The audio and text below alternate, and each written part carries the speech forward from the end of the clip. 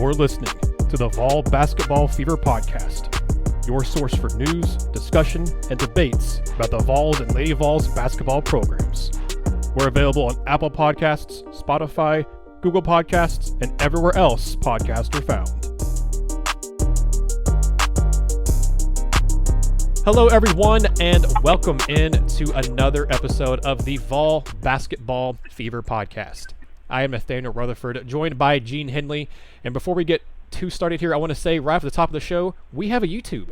In fact, some of you may be watching/listening to this episode on the YouTube channel right now. I'll link it into the show notes, the show description, but it's just Vol Basketball Fever on YouTube. So we have another way for you guys to follow us, to enjoy the show. We'll have every episode of the podcast will be on there in some sort of video form, whether it's just kind of audio with different graphics and stuff playing over, or here in the future, I'm also going to be implementing some actual video content, actually you can see us talking to each other and things like that, and also some more unique video content coming as well that won't be a podcast. So be on the lookout for that. Go subscribe today if you haven't already. We already have a few subscribers on there, so please go do that. We appreciate those of you who have subscribed. And as always, you can also find us on other social media. We're Vol Hoops Fever on Twitter, Vol Basketball Fever on Facebook, and you can subscribe to us everywhere you get podcasts, Apple Podcasts, Spotify, Google Podcasts, you name it, we are there. Well, Gene, the cupcake season's over. Tennessee played 2 more cupcake basketball games over the last week. They dominated both of them. Held UNCG to 36 points in a 76-36 win. That was the lowest of the Rick Barnes era, the lowest point total by an opponent in Thompson Bowling Arena history, and that arena has been open since 1987. And then on Tuesday night, Tennessee got a wire-to-wire victory over USC Upstate. Almost dropped 100. All 15 Tennessee players who saw the court scored in that game. That includes walk-ons Kent Gilbert and Brock Jancic. You also got Jonas Adu came in and scored late, but you got a lot of young guys, a lot of kind of minutes, and I think that was very strategic because that's going to be the last opportunity Tennessee really had to get those guys, some of those guys, some meaningful minutes into a game. But it's also nice to see a guy like Brandon Huntley Hatfield play well in those last 2 games. But the competition is about to ramp up because Tennessee is going to be taking on Memphis. It's Memphis Hate Week, Gene. But before we get into all of that, one topic that has kind of dominated Tennessee basketball talk this week, we're recording this on Wednesday afternoon, and this was out, I want to say it was either by late Monday night or sometime Tuesday when I first saw the story, but it's about Bronny James, who, if you don't know who that is, as the name may give it away, LeBron James' son, who is a high 4-star, is a top 50 overall prospect in the 2023 class, plays over in Los Angeles, where his dad plays right now, plays for Sierra Canyon over there. Why am I mentioning him? Well, because he was mentioned in an article on 247 Sports, written by Eric Bossi over there. And let me just kind of read the little bit here. That's there's a couple parts here that I think are going to stand out to Tennessee fans, and most of you probably already know what we're getting at here, but just bear with me for a second. Nobody in high school basketball is more closely scrutinized than Chatsworth Sierra Canyon Jr. Bronny James. The scrutiny goes up another level each time his father, LeBron James, shows up to watch. Big crowds show up, and most have something to say. Most are there to check out the son of the most famous basketball player on the planet right now, while some, unfortunately, are there to heckle. But there was nothing to heckle about on Saturday night, as James played as well as he ever has in front of 247 Sports. So they kind of go into his game and whatnot. He finished with 11 points, 5 rebounds, 3 steals, and a pair of blocks. But they go on here in the bottom here, talking about his recruitment. And it says he's still basically off limits to the media because LeBron, his dad, is not wanting to kind of keep attention off his son as much as he can, being his son. But he's not spoken to the media, has not given out any sort of list or anything like that. Anyway, so the article goes on and says he hasn't put out a school list, but some of the teams that Bronny is believed to have interest in include Duke, Ohio State, Tennessee, and Texas, among others. And Gene, that absolutely blew up social media. All I saw on Twitter after the game on Tuesday night, when I was on Twitter more because of the game, was talk about Bronny James. Was talk about how some fans didn't want him to come there because they don't want LeBron James to be associated with Tennessee's program. How they thought there's going to be a media circus. How some people were saying you take him no matter what, and just back and forth argument as shocker to nobody. arguing on Twitter and Vol Twitter.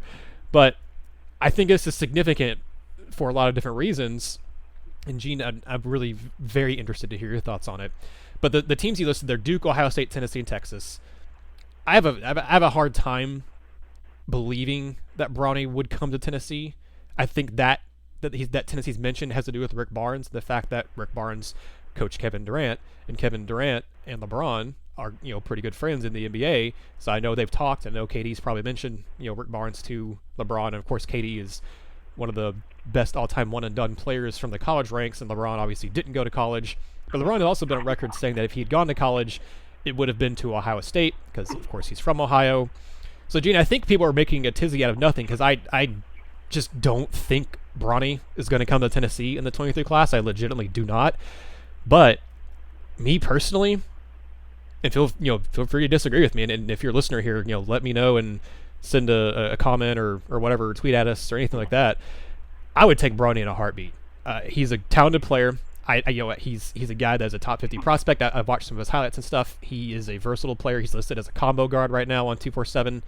I like a lot of different things he can do. He's obviously getting interest from Duke, Kansas, Kentucky, North Carolina. Those are all teams that have offered. I think it's worth noting too that it mentions that in this article that it's believed the teams that he is believed to have interest in, not that these teams necessarily have interest in him, because to my knowledge Tennessee hasn't extended an offer to Bronny, but again, they play that very close to the chest, so maybe they have, and he hasn't made it public or anything like that. But Gene, this is to me, I understand some of the legitimate concerns people have had about, if Bronny comes to Tennessee, LeBron James is going to be there. It's going to be a media circus. That could be a big distraction to the team. What could that do to team chemistry? Those arguments I'm willing to listen to and say, okay, I understand. The people who are freaking out over the political stuff and whatever, you're all welcome to have your opinion. I just very much disagree with you on that one. But me personally, I would take Bronny as long as he's a good fit, and I think you make a fit for him if you're Tennessee. But this would be a case where LeBron James, if he's at your games, if he's at a handful of home games in Knoxville, that's the kind of media attention Tennessee's basketball program has never even come close to sniffing. Even the Elite Eight run where they had chances to go to the Final Four, even if Tennessee makes a Final Four, here in the next couple of years, or wins a national title, that would be the only thing that a national title is the only thing that could give Tennessee anything close to what the type of media attention they would have if LeBron James's son comes to Tennessee.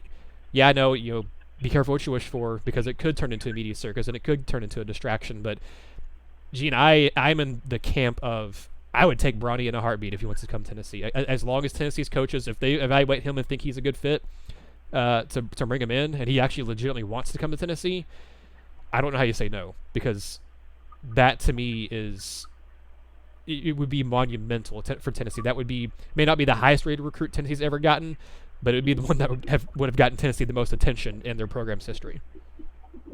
All right, so let me approach this from a couple of different angles. Mm-hmm.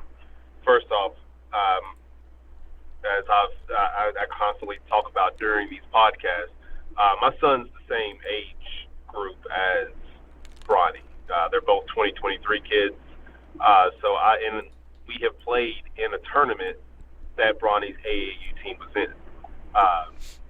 And just to speak to kind of what the expectation kind of could be if, say Bronny were to come to Tennessee. So the tournament we played in was in Gatlinburg, and there was, if I recall, five Chevy Tahoes that pulled up, maybe six. And the whole team gets out. Obviously, we're all riding in our own vehicles, whatever. We're pulling up to the tournament in their own vehicles. They have a massive amount of security, and both Bronny's and Bryce, Bronny's younger brother, who I think is a year behind, their AAU teams come out of these multiple Chevy Tahoes and walk in, rank and file. And I will say this much. Would it be an interesting scene? I want to stop short of crazy, but would it be quite a scene if Bronny were to come to Tennessee? Yeah, for a while. I'd say the excitement about it would obviously lead to a lot. maybe even for a few games, it would lead to a lot. Now let me jump to the LeBron stuff. One of the 2 or 3 greatest basketball players of all time. Your school, which by the way has never made it past the Elite Eight. So if you can get some positive publicity, you should probably take it. Like the month that you were number 1 in the country, that was positive publicity. If you can bring in a kid of Bronny's caliber, and LeBron is added, so be it. Like, again, when I watched the kid play, when I've seen videos of the kid, all I've seen LeBron do is just be a supportive parent at his son's game. And I will go here too. There's a lot of kids, maybe some who even play for Tennessee right now, who don't have that, who don't have a supportive father at those games.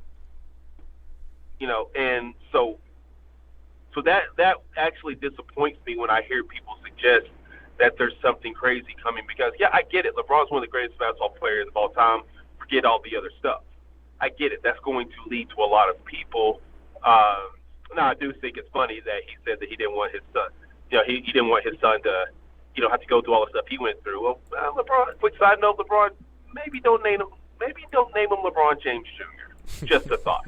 But anyways, like, that's when I see the videos and all, like, and obviously LeBron wasn't at the tournament I was at because it was early May and the Lakers were still in the playoffs, I believe, at the time.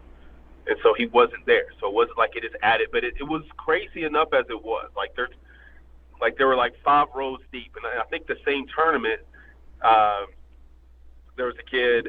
His name is Hansel, I believe. The people don't know him, but they don't know him by name, but they know him as the one-armed YouTube sensation. Oh, yeah. He was in the same tournament. So I'm pretty sure those 2 teams may have been playing each other. I can't remember. But so imagine trying to see that court. It was pretty hard. So yeah, I personally, I look at this and I'm thinking, man, if you can get in with a kid like that, you get in with a kid like that. The next level to this, to me, is, I kind of alluded to it earlier, Tennessee doesn't have the type of history, not even recently, to suggest that maybe the presence of somebody like LeBron is going to cause some level of distraction, because what distractions do you all have? 8 Sweet 16s and an Elite Eight. That could help you. That's the other side of that. We don't know how that's going to, if Bronny were to go to Tennessee, we don't know how that would affect the program. And it's actually, I would, fan is short for fanatical, so I understand where all that stuff goes. But I'm stunned that more people aren't looking at that from or almost universally, people are looking at it from a positive perspective. Because, again, since the 18-19 team, I guess maybe there was some feeling that last year's team could compete for a championship. I get that. But, yeah, since the 18-19 team, they really haven't been perceived to be like a national brand, a national name. And I don't know where the kid's going to go. I found this. I think this is interesting, though. I don't think your highest level prospects, I think they look for the biggest brands in the country. I don't think they care about the coach. So Rick Barnes will have little effect on where this kid goes to school. Rick Barnes, Coach K, any of them, like Chris Holtman at Ohio State, Chris Beard at Texas now. I think that'll have very little effect, because these kids aren't going to be there long enough to really be influenced and embraced like that. The fan base will. That's no doubt. And I listen to those 4 brands that I just mentioned. In my opinion, Tennessee has the second biggest brand in terms of fan base out of those 4, only behind Duke. But I think their basketball brand is bigger than Ohio State's, and I think their basketball brand is bigger than Texas. I do. And a lot of Texas's brand is tied to the man who's currently at Tennessee right now. Yeah. And a lot of their history, their basketball history, I think we've talked about that in the past. And so, I find that's actually, there's nothing more sometimes it's good to be mentioned. When a lot of these kids have been going through the process, and you look up today, obviously this is a quick side, I mean, not a side note, but a quick aside, when you see what happened with the Florida State kid, choosing to go to Jackson State, a lot of, in football, obviously, I mean, when you get mentioned amongst these names of the elite prospects, it is positive. It may not ultimately be the best experience for these kids if they choose those decisions. See the Masterpiece kid who's already in the portal from Tennessee State, but it's important to get mentioned there. And the fact that Tennessee's being mentioned, that says a lot about what their brand is starting to become. Because I don't know what the connection is. Maybe he liked his time in Gatlinburg. I don't have a clue. I mean, I don't need to know. Duke makes sense because it's Duke. That's, aside from Kentucky, Duke is the strongest brand in college basketball. To me, I would say Kentucky and Duke are probably 1 and 1A. I would say Carolina and Kansas are like 2 and 2A. That's just my opinion and how you kind of look at it there. So Duke, obviously, amazing brand. Ohio State basketball, you've got good teams. Don't get me wrong. You've got good teams. And that's a great league. Amazing league for basketball. Mm-hmm. But, I just feel like it's Ohio State at the end of the day. And Ohio State's still relevant enough in college football that that's still what you think of when you think of that school. Texas, I don't really understand. I don't need to understand. If they're saying that's one of his 4, then that's one of his 4. But yeah, I just think that there's nothing negative that can come from this, from this point forward. Mm-hmm. If it's true, if this kid puts out a Final Four list and has Tennessee as one of his 4, now, I mean, it'll probably behoove Tennessee to offer the kid. Just a thought there. I don't know, but man, maybe you may need to go ahead and get an offer out there too.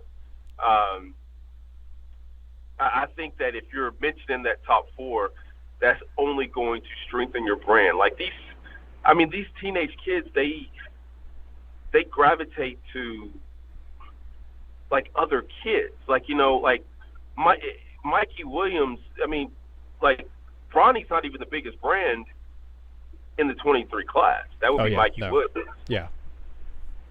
Now Bronny's probably the biggest name and obviously the most scrutinized, because when you're being compared to your dad, it's really hard to live up to that. And I don't think that he's really necessarily being asked to by his father. I'm just saying that's what media does, and that's what fans do, is they expect him to be his dad and be maybe one of the greatest high school basketball players we've ever seen. So, he's such a brand, he's such a name, and I look at that and I'm thinking, man, that's nothing but positive momentum for this university. Like, that's nothing but positive momentum for this program. And I don't know how much longer Rick Barnes is going to hang around, but I presume that, he may, even if he were nearing retirement, he gets a commitment from LeBron James kid. I think I can hang around one more year and just see what happens with that. Like, Barnes is old enough and is seasoned enough that he knows how to handle that. Mm-hmm. Like, he had the number 1 or I think he was the number 2 player in the country in his program, and that was, even if people had their concerns, people went to go watch Kevin Durant play. Yep. Everybody. I mean, people, again, I'll still see videos of Chris Lofton hitting the 3 over Kevin Durant and Thompson Bowling. What was that, 2007? And that was 15 years ago. 15 seasons ago.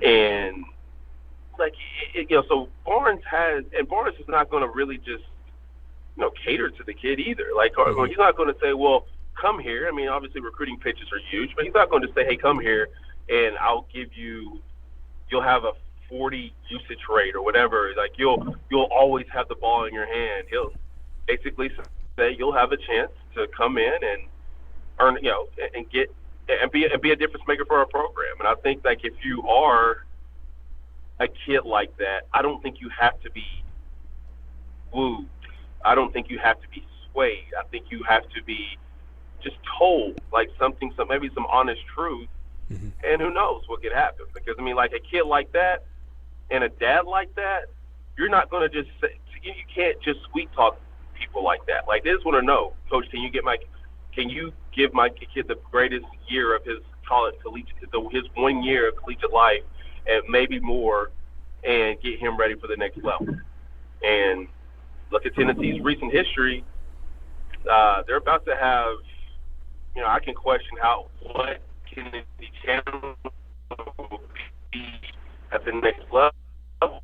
Yeah, I mean, no, those are all good points, and I think, like, if there's somebody, a Tennessee coach who I would trust to be able to manage and know what to do with a big personality, with a big time kid like that, it's Rick Barnes. I mean, he's coached so many of them at Texas. He's obviously coached already several now at Tennessee, and currently coaching a Kennedy Chandler right now, who is going to be an NBA player no matter where he was drafted and whatnot. But I also think you made a good point there about Tennessee getting mentioned, just even right now, period. If Bronny doesn't come to Tennessee or whatever, like, even just getting mentioned right now, and maybe even moving forward, if it continues to, if he continues to have interest in Tennessee, with the programs that they got mentioned with, you look at the programs that are, the other four there: Duke, Ohio State, Texas.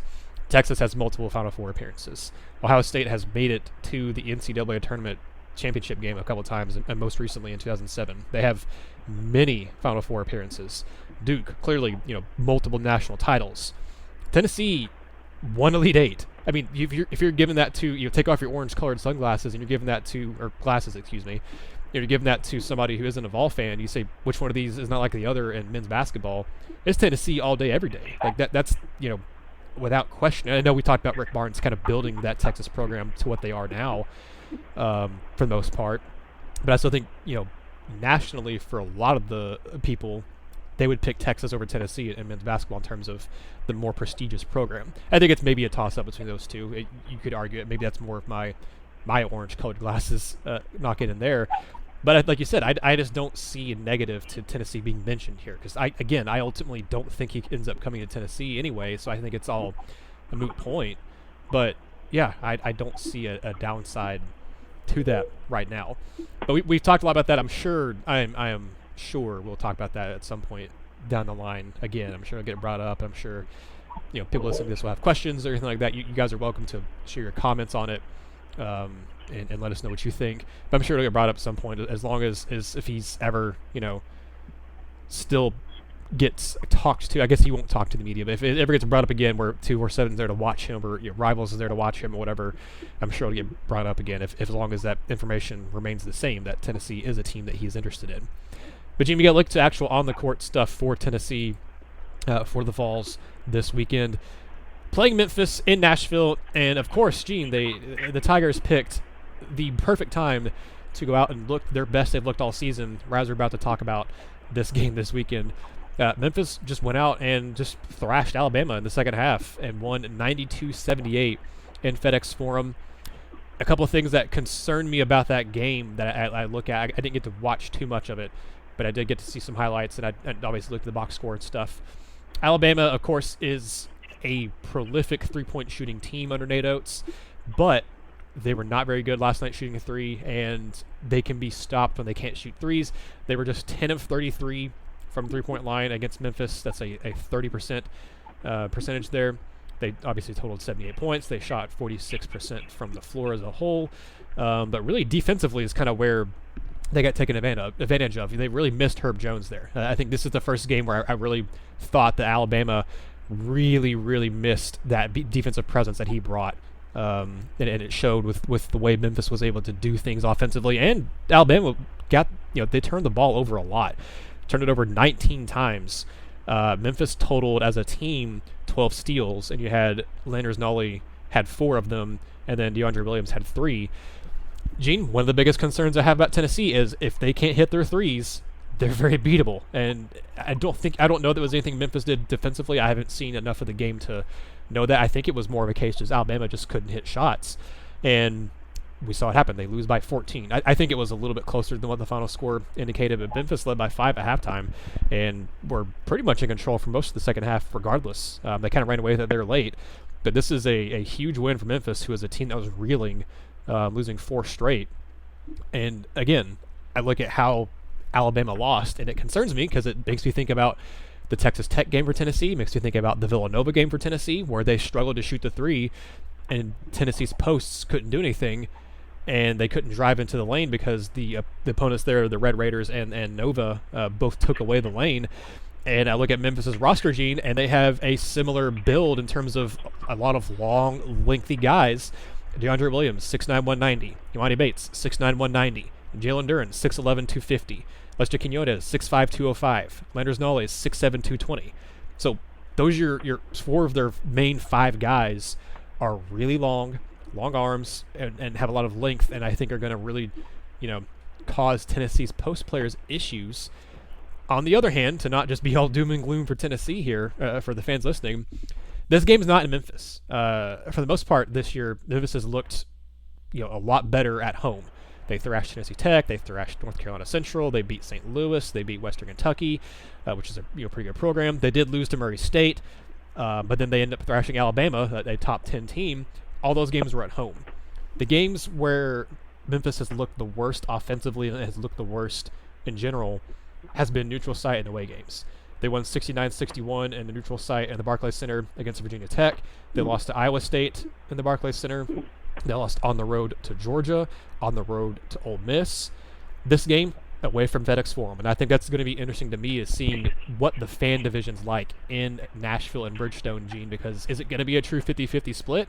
Because most of the time when there's a Nashville game for basketball, for football, Vol fans travel really well. I think Nashville is a really weird mix of fandoms at this point, but I think Tennessee still is even slightly still the dominant fandom in Middle Tennessee. So I think it's going to be Tennessee, heavy Tennessee crowd, but I fully expect there to be a large contingent of Memphis fans there. It's not going to be a true home game for Tennessee. It's going to be, I think, still a large enough crowd of Memphis fans there they're going to make their voices heard. So I think that plays in Tennessee's favor, that Memphis has not played well away from FedEx Forum. But then you could say the same thing about Tennessee, that a lot of their games that they've played the worst in have been games away from Thompson Bowling Arena. They did beat Colorado on the road and had a really good defensive performance there, but they had a really bad shooting game against Villanova. Of course, that awful shooting performance against Texas Tech, that was a neutral site game, but they did play well and beat North Carolina at neutral site. So Tennessee is basically a 2-2 in neutral site away from Thompson Bowling, and 1 really good game, 2 very bad ones, and 1 not bad game at all. This game, to me, we talked about it last time we did a podcast, Gene. I mentioned that even with Memphis being on a losing streak, and I fully expected them to lose to Bama at that point, this game still worried me for a lot of reasons. And I think that Bama game, to me, shows why my worry was founded. That I feel vindicated in my worry about this game, because they have length. If Tennessee misses the 3 and can't shoot from 3 away from Thompson Bowling, where does the offense come from? I do think Tennessee's defense is a lot better than Alabama's, so I think they can do things to Memphis that Alabama couldn't. But Gene, this game went from Vol fans, I think, feeling really confident about it because of the way Memphis was playing, to now all of a sudden thinking, this is definitely not going to be, Tennessee's going to be favored, and I think Tennessee should still win. But Memphis has that talent, and they have a lot of matchups that present a lot of problems for Tennessee. And we're getting into the schedule now. We mentioned it off the top of the show. No more cupcakes. Memphis is a top 50 Ken Palm team. Arizona is a top 20, I think. Alabama, obviously, a top 20. But I think, 322nd for USC Upstate, you ain't got there isn't a team that is ranked outside the top 100 of the Ken Palm rankings between now and February 22nd for Tennessee, and that's when they play Missouri, who's I think 150 or somewhere around there right now. But Gene, this game still worries me, and I think Tennessee should win. But man, we'll see. I'm still very excited about this game, but it definitely, I'm not chalking it up to a W. That's for sure. Yeah, I don't think. I think regardless of what had transpired in the early part of the season, the timing of this game was always going to be very interesting, because you kind of look at those first 8 to 10 games as an opportunity to kind of figure out who you are. And Penny made some changes. I think that's where this thing changed. I think I was reading Monty Bates did not play down the stretch of that game yesterday. Yeah, And he you look only at some played of the, in 15 minutes of that game total. yeah, so you look, and then you look at some of the stats of that game, and it kind of looked like Alabama was tired. They took 21 threes in the second half. Out of 36 shots, like 60% of their shots in the second half are threes. And I get some of that's just, desperation because you're behind.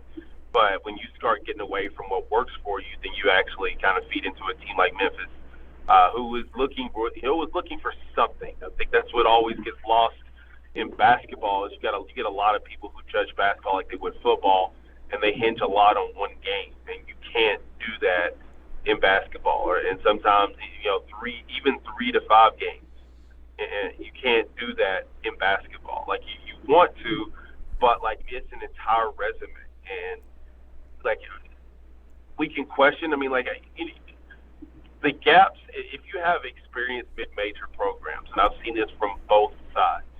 If you have good, experienced mid-major programs, then like they can beat a team like Memphis that's struggling to figure out its way. And that happens. Murray State is the 10th ranked mid-major program in the country. I only know that because I'm sorry, folks. I'm on my way up to Nashville to see Belmont play UTC. Belmont's ranked 7th in that poll, and UTC is 8th. That Belmont team beat Iona, who beat Alabama earlier in the season. If you have seasoned teams, which a lot of your better mid-majors are, then they will. I mean, they have an opportunity to kind of knock off some of those teams like Memphis, who are trying to figure out an identity. I think they played. Memphis went with the kid. I think his name's DeAndre. Maybe Williams. I'm sorry if I've forgotten the name completely. Who is probably one of their better players last year, and that kid went out, I think, at like 20 points yesterday. Yep, so 20 points, 6 assists, 3 steals, 3 rebounds. Yeah, so you start figuring things out about yourself. You start figuring out what works. And, you may spend 5 to 10 games trying to, see if these once-in-a-generation type talents can figure it out. And there's still a place for kids like that on your roster, but at some point, if you're Benny, you got to go with, like, kind of your more known guys.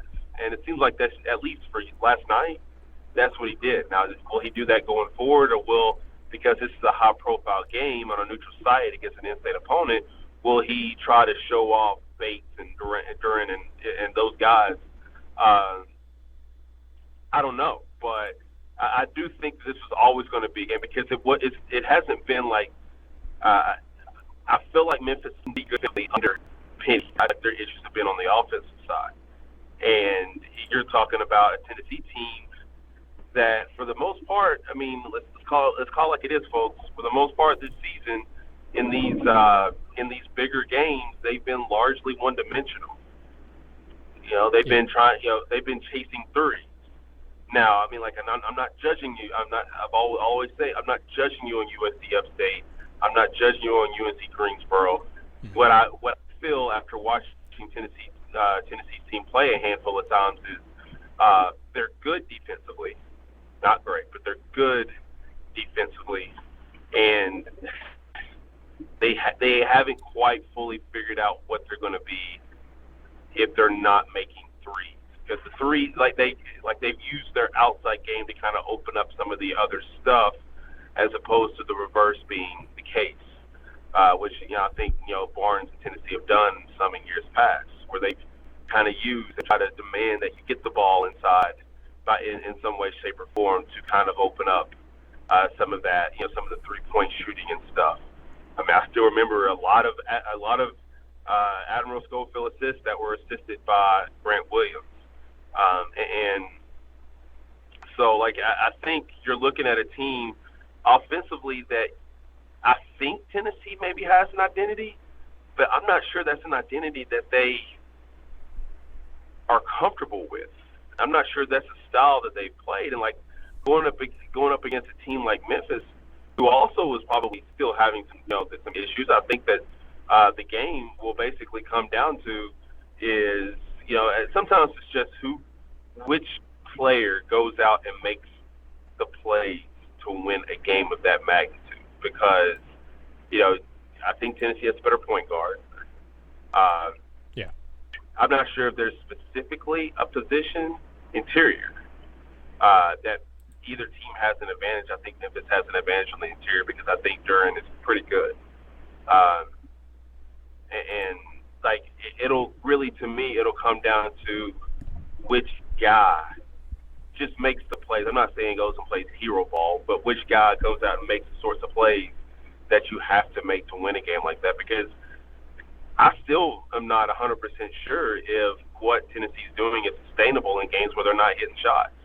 And because they haven't proven, I mean, I get the North Carolina game, but I've seen 3 games against the type of teams that Tennessee's going to have to beat to advance in March. They lost 2 of them. And, like, you look at some of those numbers from those 3 games, they haven't been beautiful. I know I looked earlier, and I feel like they made 19 shots against Villanova. I believe they made 19 shots against Tennessee Tech, and I don't remember the Carolina game, but that was an ambush. So they were all positive stats for the most part. Colorado's a team that's trying to figure some stuff out, and then you've got everybody else. And if I'm forgetting somebody else, Nathanael, then I'm sorry. I don't really remember them playing any other sort of like really good team. I mean Texas Tech's good, but I mean that was we talked about kind of tossing that one out of into the garbage last week though. Yeah, I mean I think you get past Texas. To me, I'm judging you on Texas Tech, Carolina, and Villanova. Those are the 3 right now. Now, obviously, you mentioned earlier at the beginning, they are like they're done with all the UNCGs and those sorts of schools, the in-state directional school teams, whatever. They're done with all those. Like everything now, you've now had I think 10 or so games to kind of figure out exactly what you are, and so now's the time to strap it on because you're done with the teams where you can get some of those guys. You can maybe figure some stuff out. We're about to see exactly what Rick Barnes thinks of his rotation and the guys that he feels comfortable with and confident in. And he has a tendency to default to the guys he feels confident in. So we're going to really see, I think, on Saturday and beyond who those guys are. Guys, you need production from guys like Olivier. Do they feel comfortable in the games of some level of magnitude with him? Huntley Hatfield, same thing. I don't mention Fulkerson because you know he's something. You don't know. I mean, you know he's a good basketball player. You know, and you know he's going to be consistently whatever he is.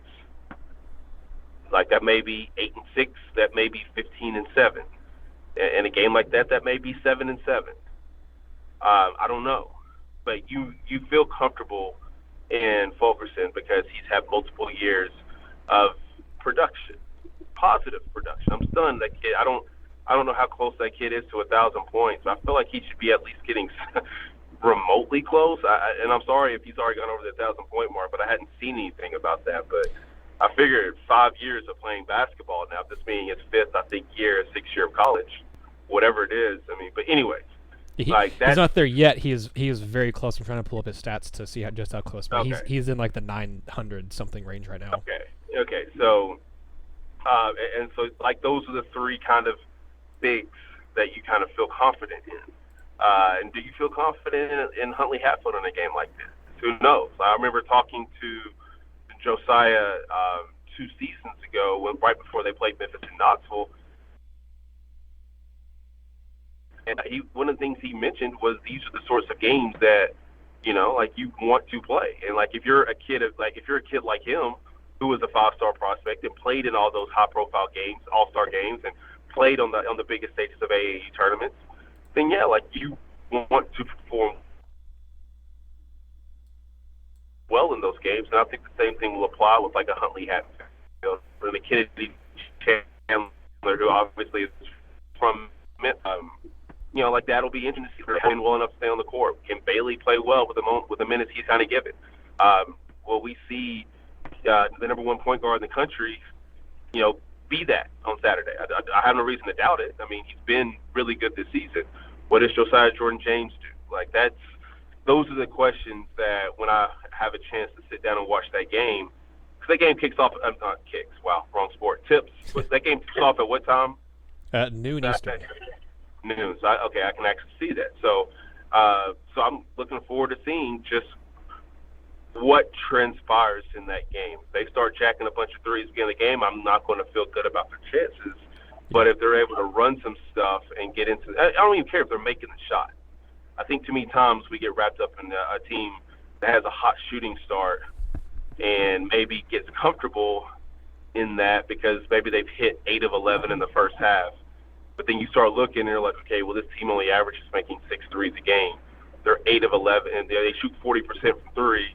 So 8 of 11 could easily end up being 8 for 21 when it's all said and done, and that's a horrible second half of shooting. So it's going to be interesting to watch exactly how that whole thing plays out because this is a big game, man. Like, this is a big game. They split the first 2 meetings. They each won another team's court.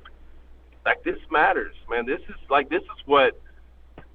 the fun part of the college basketball season that so many people will lose sight of because they only look at March.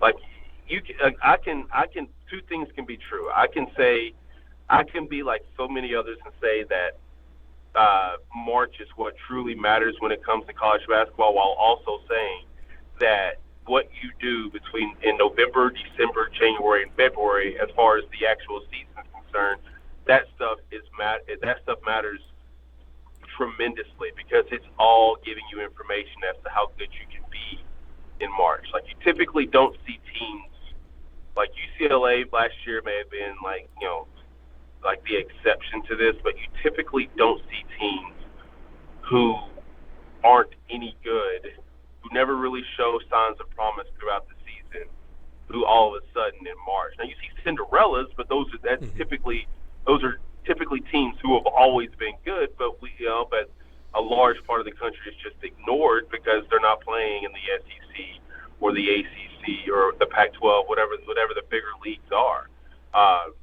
But it's rare. So if like you're building throughout the course of the regular season who you are, and if Tennessee can figure this stuff out and win this game, that's going to be positive information that they can take into Arizona and beyond. Because I still think this is a good team. I just don't know exactly what they are.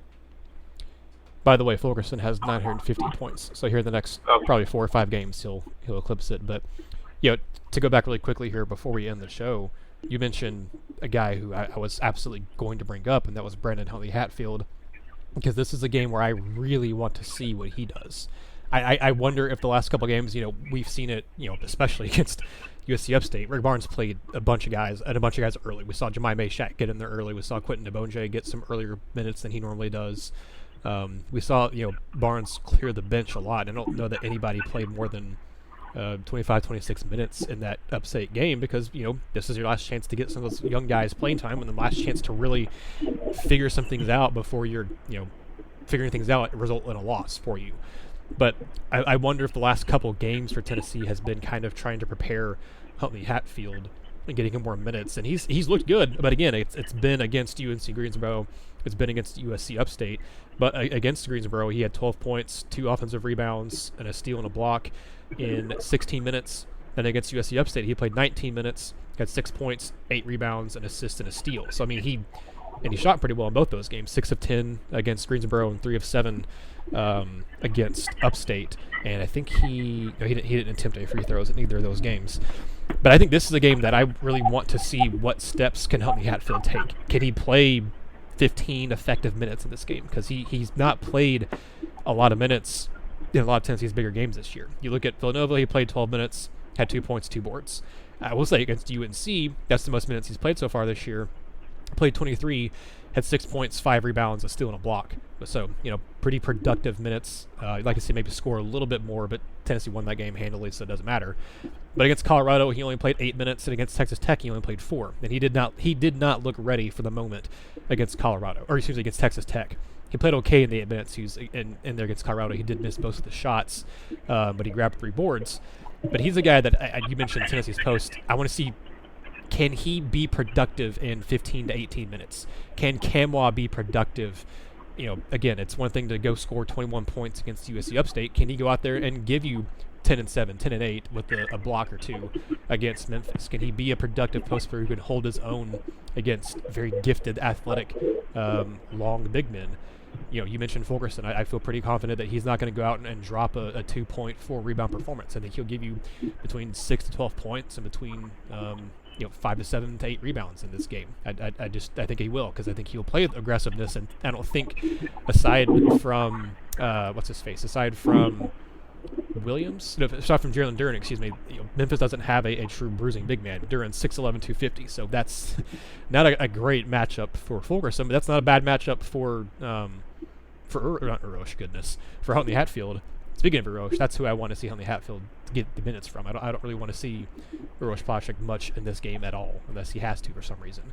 But those are the guys, Camwa and Henley Hatfield are the guys I'm really circling in this game to see what can they do, because if they can get anything, if they can be efficient, they don't have to go out and drop 15 points.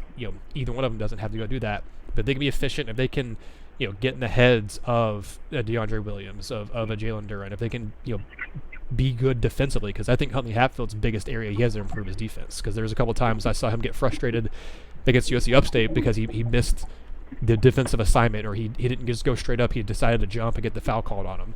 He's got to get better on defensively, but I think to me it's clear that Rick Barnes has played him more last couple games to try to get more out of him to see what he can do, and he's looked good. And I hope he's bought in to being a post player, because that's been a conversation you and I both have had a lot on this podcast.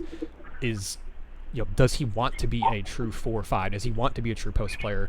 And he's done a little bit more of it the last couple games, but can he do it? And will he want to do it in games like Memphis and Arizona and Alabama? Because those are the games where Tennessee is going to need him to play like that and do the dirty, messy things that he hasn't done.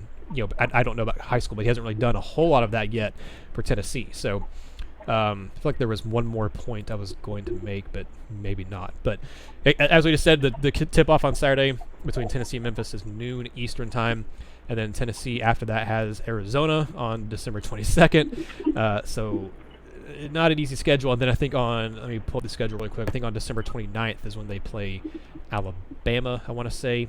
Yes, Alabama. So Arizona is a 7 o'clock tip-off in Knoxville on Wednesday, December 22nd.